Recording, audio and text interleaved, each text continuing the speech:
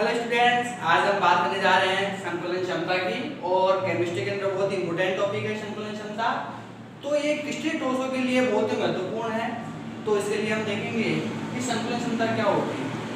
संकुलन क्षमता का मतलब होता है कि कुल उपलब्ध स्थान का वह प्रतिशत भाग जो कि किसी क्रिस्टल के अंदर अवयवी कणों द्वारा धारित होता है, वह उसकी संकुलन क्षमता कहलाती है।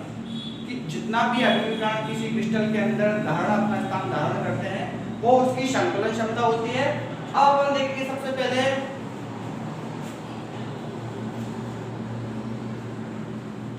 फलक केंद्रित एकक कोशिका में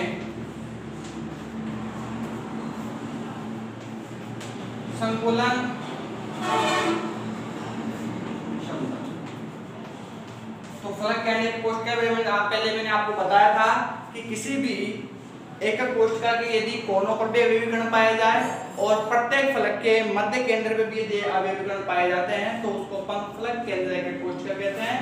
उसके लिए अपन देखते हैं, सबसे पहले फलक केंद्र एकक कोशिका बनाते हैं। इस एकक कोशिका के अंदर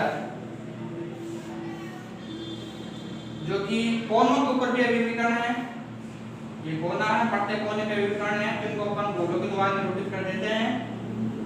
ये गोले अवयवी कणों को प्रदर्शित करते हैं।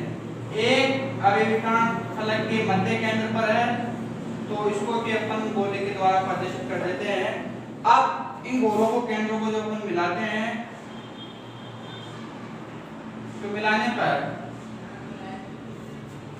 इस प्रकार से एक नई भुजा प्राप्त होती है। ये घनीय संरचना है, घन की सभी भुजाएं समान होती है, तो इसलिए इन भुजाओं को मान लीजिए ए भुजा है घन की और ये भुजा किसकी है हो गई।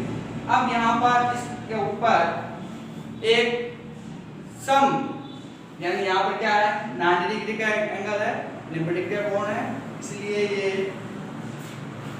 कोण ए बी और सी कोण बन रहा है यहाँ पर, जो कि एक समकोण त्रिभुज है। और समकोण त्रिभुज के लिए एक प्रमेय लगती है जिसको हम पाइथागोरस प्रमेय कहते हैं। तो पाइथागोरस प्रमेय से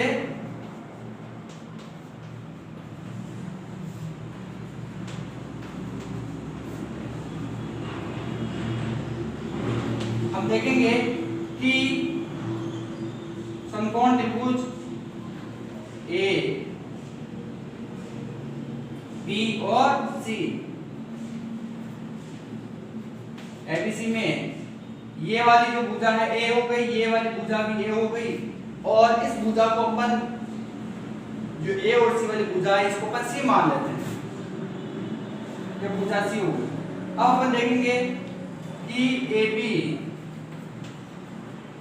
स्क्वायर जो आपका एस स्क्वायर है यानी कर्ण, जो कर्ण स्क्वायर है वो इक्वल होता है आधार स्क्वायर प्लस लंब स्क्वायर। कर्ण स्क्वायर क्या है यहाँ पर एसी, तो S square equal A B square plus B C square. S square के लिए अपन ने यहाँ पर इसकी वैल्यू ली है, एस इक्वल लिया है आपने बी, तो यहाँ पर ये बी स्क्वायर हो गया। तो B square A B square की जगह अपन ने क्या लेंगे ए स्क्वायर, और ये सभी भुजाएं समान होकर इसको भी क्या लेंगे अपन ए स्क्वायर। इक्वल ए स्क्वायर प्लस ए स्क्वायर हो गया। अपन देखेंगे कि बी स्क्वायर इक्वल ए स्क्वायर प्लस ए स्क्वायर हो गया 2a स्क्वायर, और ये बी की वैल्यू आप रखेंगे तो b इक्वल क्या हो गया √2a। अब यहाँ पर b इक्वल ये समीकरण हो गया 1।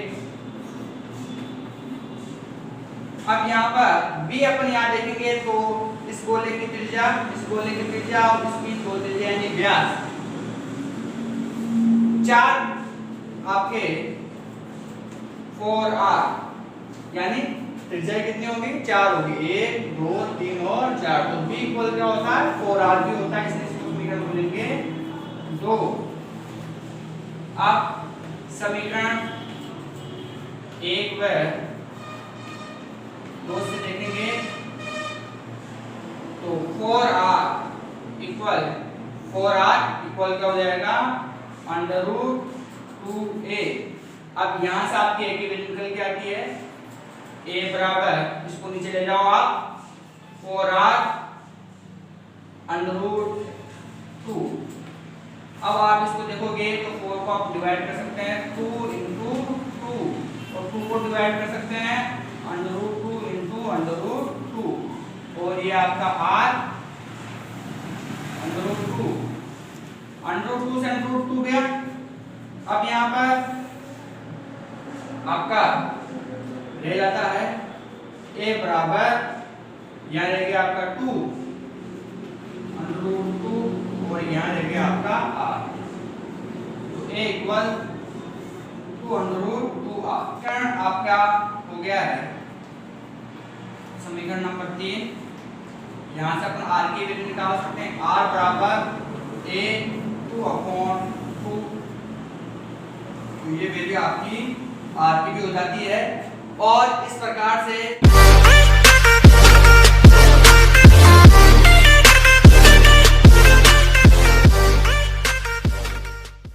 अपन संतुलन क्षमता क्या करेंगे, संतुलन क्षमता इक्वल एकक कोशिका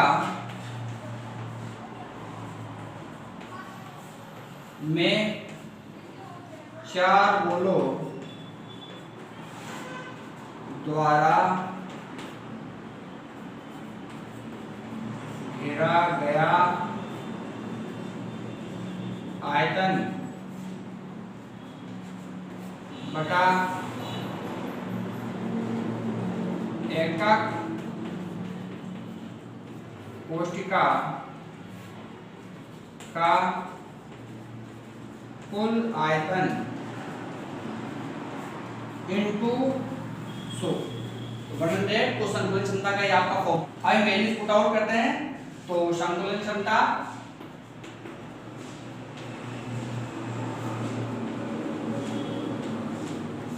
इक्वल एकक कोशिका में 4 गोल द्वारा घेरा गया आयतन, तो 4 इंटू गोले का आयतन का फॉर्मूला होता है 4/3 pi r cube, 4/3 pi r cube गोले का आयतन का सूत्र होता है। और एकक कोशिका का कुल आयतन, एकक कोशिका का जो है घनी होती है और घन का जो आयतन का फॉर्मूला होता है वो होता है a क्यूब इंटू 100। अब अपन इसमें a की वैल्यू पुट आउट करते हैं तो संतुलन क्षमता इक्वल 4 को 4 के मल्टीप्लाई किया 16/3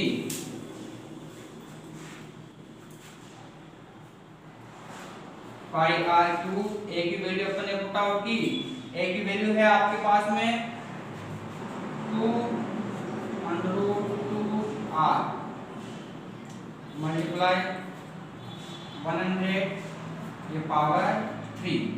अपन जब इसको कैलकुलेट करते हैं तो 16 पाई आर क्यूब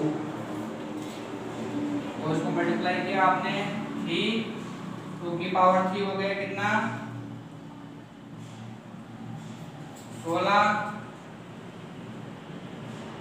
और आपका ये रह गया r अंडर रूट 2 और ये रह गया यहाँ पर r मल्टीप्लाई 100, तो इसमें 16 से 16 गए, पाई क्यूब से पाई क्यूब गया और यहाँ पर आपका रह जाता है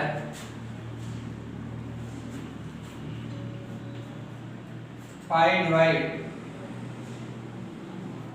3 अंडर रूट 2 इंटू, इसकी वैल्यू पुट आउट की जाती है तो उसका आंसर आ रहा है 74%। यानी हम देखेंगे कि फलक केंद्र एकक कोशिका के अंदर संतुलन क्षमता जो है 74% होती है। तो इस प्रकार से फ्लक्स केंद्रित कोशिका में हमने जो वैल्यू निकाल दी वो कितनी होती है 74%। और इस तरीके से कई बार एग्जाम में भी आता है कि फ्लक्स केंद्रित कोशिका में संकुलन क्षमता कितनी होती है, या पूरा ये न्यूमेरिकल आता है, आपका डेरिवेशन आता है। और इसके अलावा ये ए और आर की वैल्यूज भी कई बार अपने न्यूमेरिकल्स के अंदर पूछी जाती है। तो इनके जो फॉर्मूले हैं वो भी आपको अच्छे तरीके से याद होना चाहिए। मैं बहुत इजी तरीके से आपको बताया है